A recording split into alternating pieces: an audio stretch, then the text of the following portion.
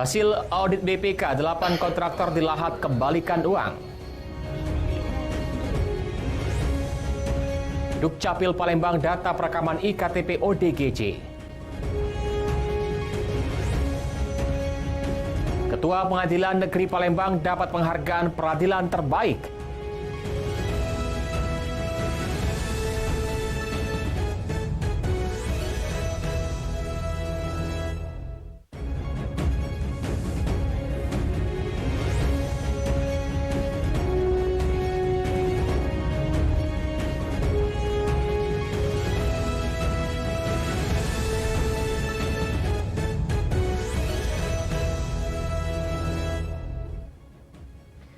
Selamat pagi, apa kabar pemirsa? Senang sekali saya dapat menjumpai Anda dalam Lintas iNews Sumsel. 3 sajian informasi tadi mengawali jumpa kita pada pagi hari ini. Beragam informasi lainnya telah kami siapkan untuk Anda. Bersama saya, Ari Kristianto, inilah iNews Sumsel selengkapnya.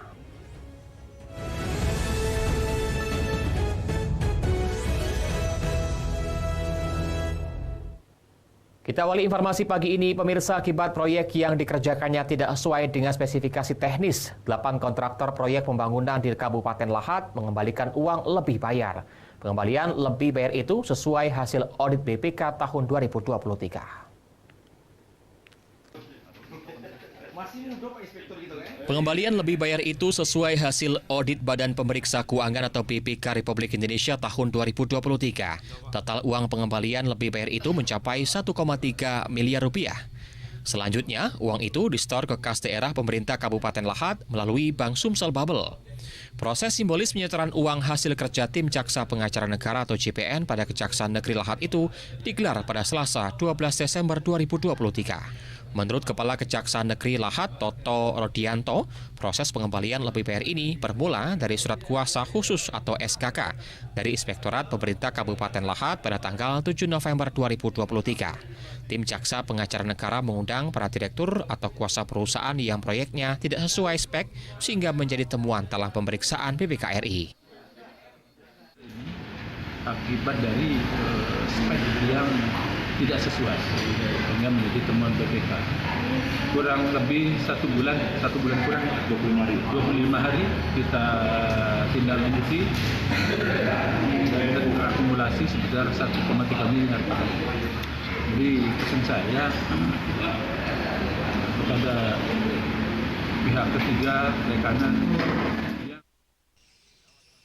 Kedelapannya adalah CV Terkas Daya Mandiri sebesar 30,9 juta rupiah terkait dengan pembangunan puskesmas. CV Niaga Konsultan 25 juta jasa konsultasi konstruksi. CV OSA sebesar 18,8 juta rupiah pembangunan puskesmas. CV Hotma 40 juta rupiah dalam peningkatan jalan lingkar desa Tanjung Aur Kecamatan Kikim Tengah. CV Putra Agung Bungsu 10 juta pembangunan jalan desa Keramat Desa. CV Samudra Perkasa sebesar 343 juta rupiah dalam peningkatan jalan desa. CV Osa Putra Batom 353 juta pemeliharaan periodik jalan SP1, SP2 Palembaja.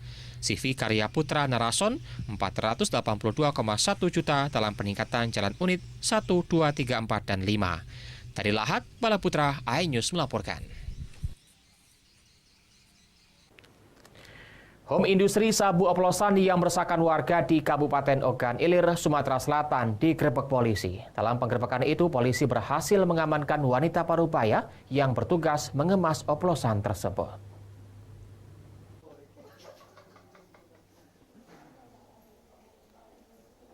Kepolisian jajaran Polres Ogan Ilir menggerebek tempat pembuatan sabu oplosan atau home industri narkotika oplosan di wilayah Pemulutan, Kabupaten Ogan Ilir.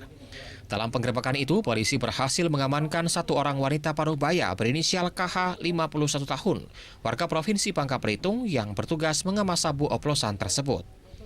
Tersangka bekerja sama dengan pelaku utama yang kini masih buron.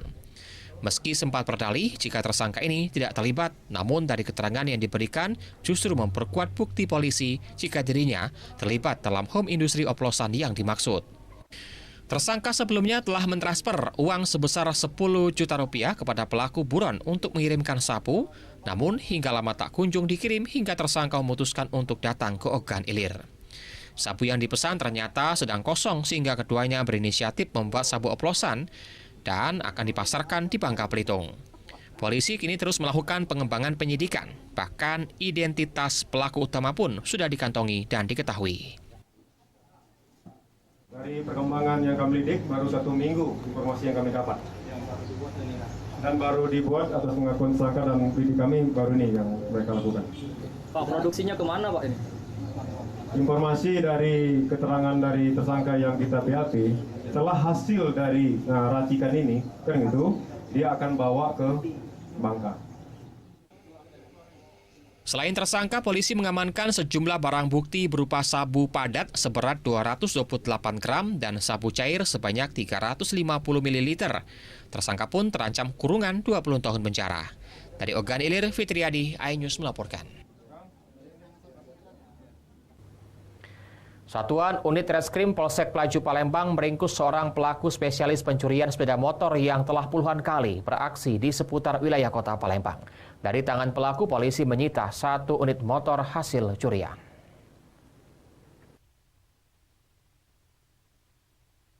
Satu dari puluhan aksi pencurian sepeda motor yang dilakukan oleh seorang spesialis pencurian di Palembang ini terekam kamera pengawas.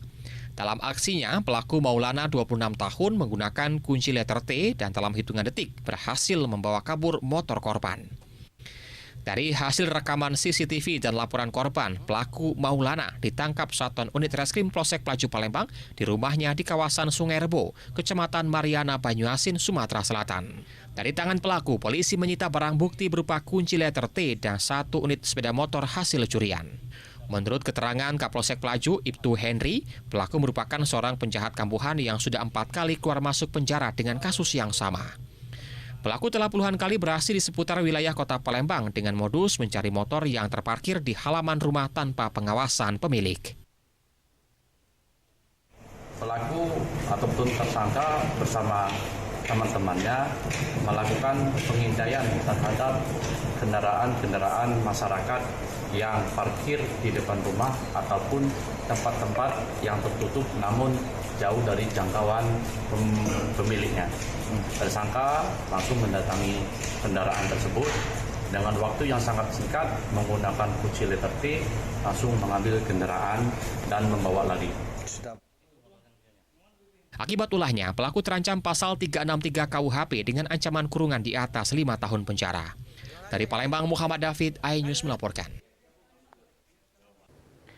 Kejari Ogan Komering Ilir memusnahkan barang bukti yang sudah berkekuatan hukum tetap. Narkotika yang dimusnahkan terdiri dari 159 kasus yang sudah ingkrah. Kasus menonjol didominasi kasus narkotika.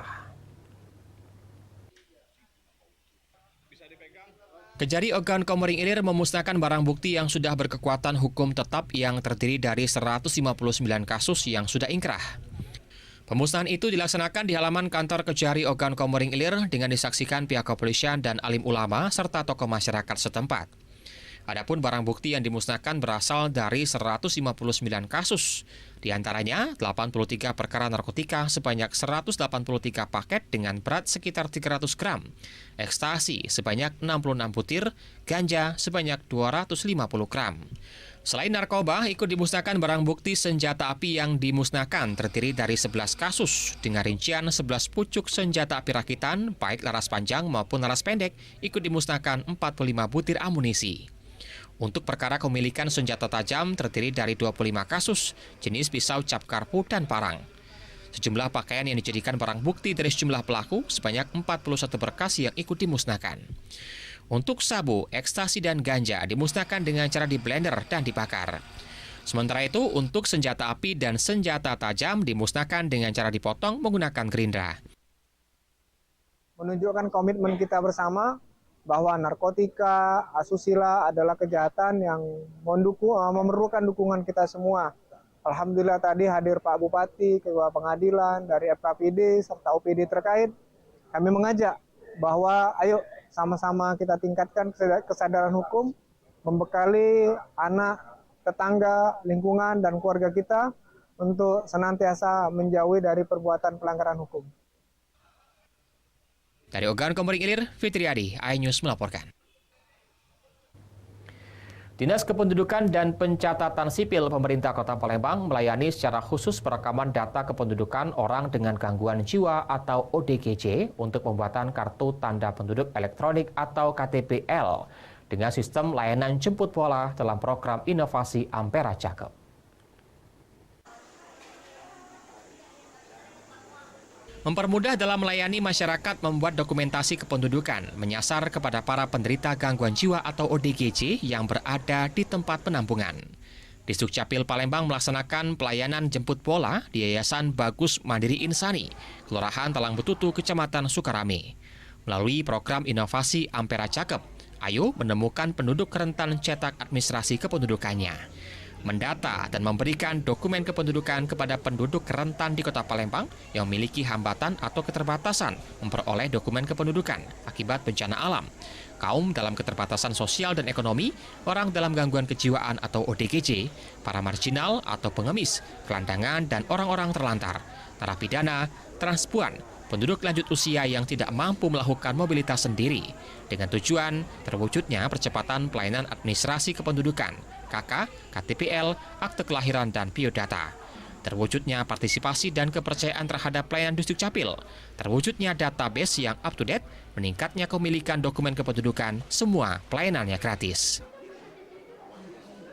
Program dari Disdukcapil, Ampera Cakep, itu memang sangat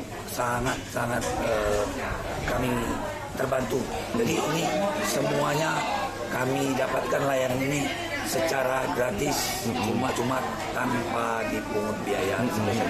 Jadi tidak perlu repot-repot datang sana. Jadi kami tidak repot, jadi kami cukup melalui telepon kami beritahu bahwa kita ada penghuni baru, jadi mereka langsung dapat. Ini pengembangan dari Ayo tuntaskan doanya sebenarnya. Jadi Ampera Cakep ini adalah singkatan dari Ayo temukan penduduk rentan, catat administrasi kependudukannya.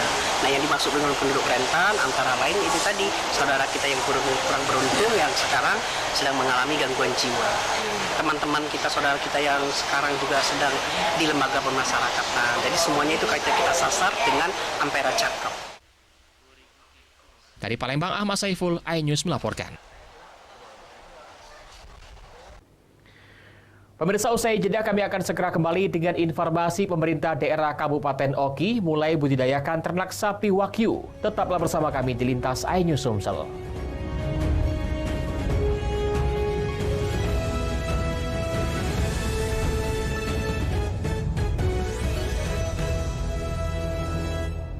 Attention!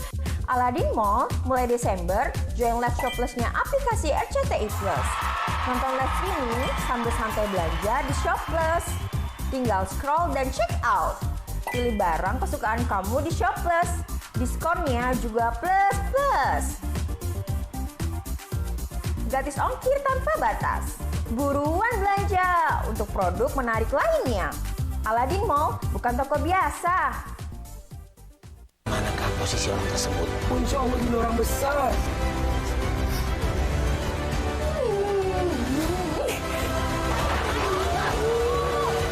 Kilau uang kaget dan bedah rumah di MNC TV. Asian Games cabang bola voli hanya di MNC TV. Di mana setan menampakkan diri? Di jalan. Numpang dong, Pak. Di cermin. Taunya muka sendiri. Family 100 di MNC TV. Ada anak. Pacaran. Terus putus sudah lama. Tapi orang tua keduanya nggak mau putus. Yang kawin anaknya apa emaknya? Hidup itu ambil hikmah. Kilau uang kaget dan bedah rumah di MNC TV. Game show fenomenal hadir kembali. Family 100 luar biasa. Kami menyediakan hadiah 100 juta rupiah. Alasan apa kepada siswa yang suka telat? Iya. Ada nggak? Survei membuktikan. Oh my god, Family 100 di MNC TV. Tanya Mama yuk. Ayo. Siraman kolbu di MNC TV. Pesta olahraga terbesar di benua Asia akan kembali terlaksana. Bola voli pria sebagai salah satu cabang favorit akan ditayangkan di MNC TV. Asian Games cabang bola voli hanya di MNC TV. Tanya Mama yuk. Ayo. Siraman kolbu di MNC TV. Family 100 di MNC TV. Asian Games cabang bola voli hanya di MNC TV. Bila Karboros itu ongkir, gimana GrabFood lebih irit ke sini? Jawabannya sana, karena makin ke sini, makin ke sana. Pilih pengantaran hemat, hematnya tanpa syarat. Hasilnya hemat bukan? Kan?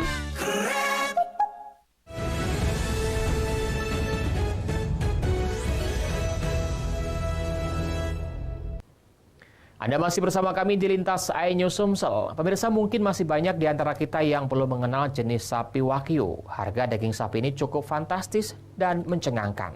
Paling murah berharga Rp700.000 per kilogramnya. Pemerintah Kabupaten Oki mulai membudidayakan sapi tersebut bersama masyarakat.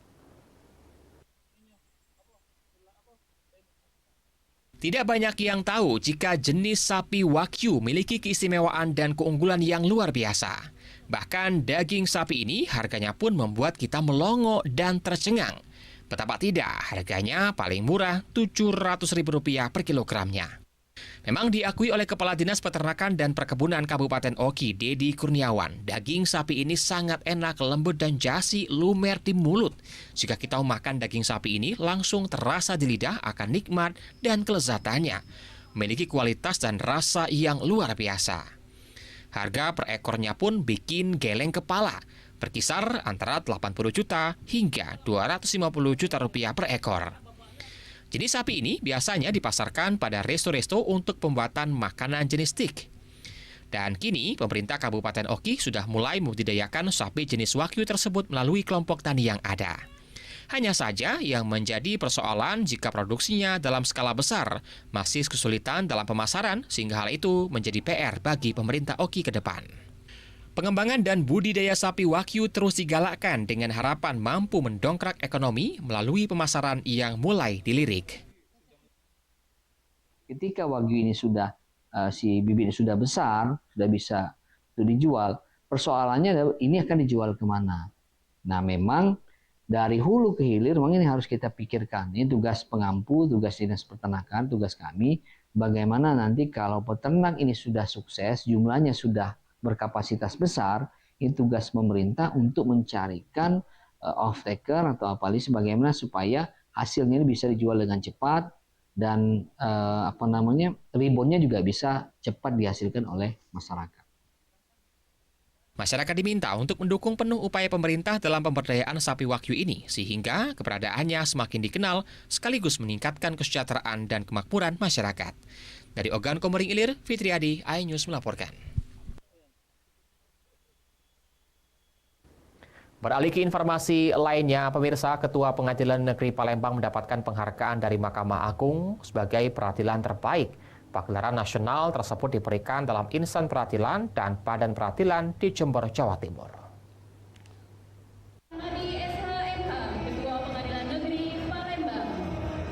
Melalui Dirjen Badan Peradilan Umum Mahkamah Agung, Ketua Mahkamah Agung Muhammad Syafruddin memberikan berbagai penghargaan kepada satuan kerja yang memiliki inovasi yang bermanfaat bagi masyarakat pencari keadilan. Penghargaan ini dimaksudkan untuk meningkatkan kualitas pelayanan badan peradilan untuk masyarakat.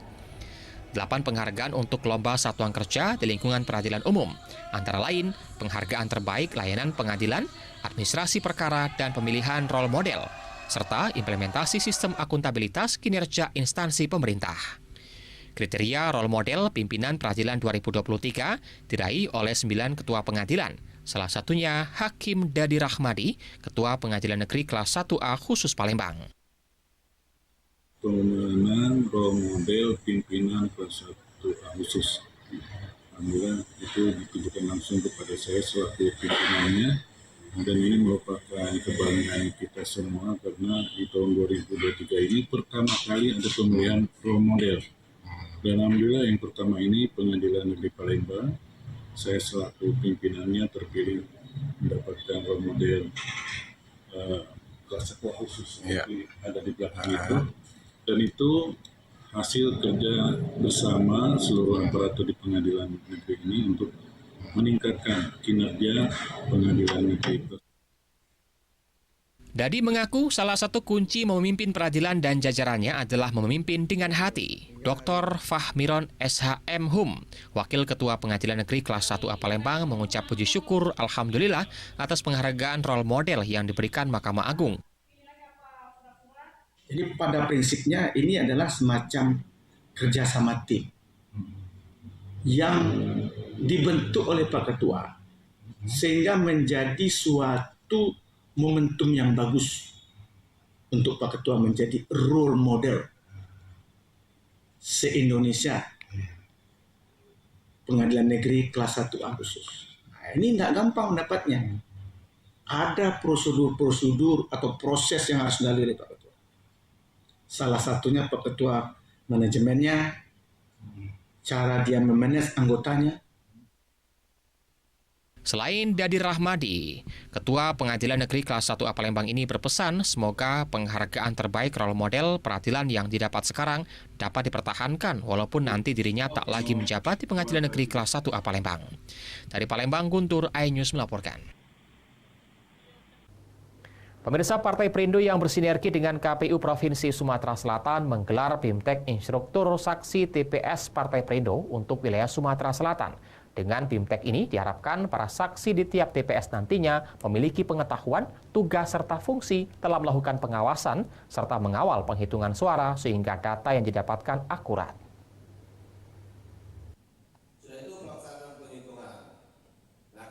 Jelang pemilu 2024, Partai Perindo wilayah Provinsi Sumatera Selatan telah berjuang penuh demi kemenangan pada Pesta Demokrasi 2024 mendatang. Sinergi antara pengurus partai, anggota, serta para caleg dan saksi dalam menjalankan roda organisasi politik demi memenangkan Partai Perindo pada pemilu mendatang. Finishing penuntunya yakni ada di saksi. Maka dari itu, Partai Perindo wilayah Sumatera Selatan menggelar BIMTEK Instruktur Saksi TPS Partai Perindo dengan menggandeng KPU Provinsi sebagai narasumber yang bertempat di Vev Hotel, Jalan Basuki Rahmat, Kecamatan Kemuning, Kota Palembang.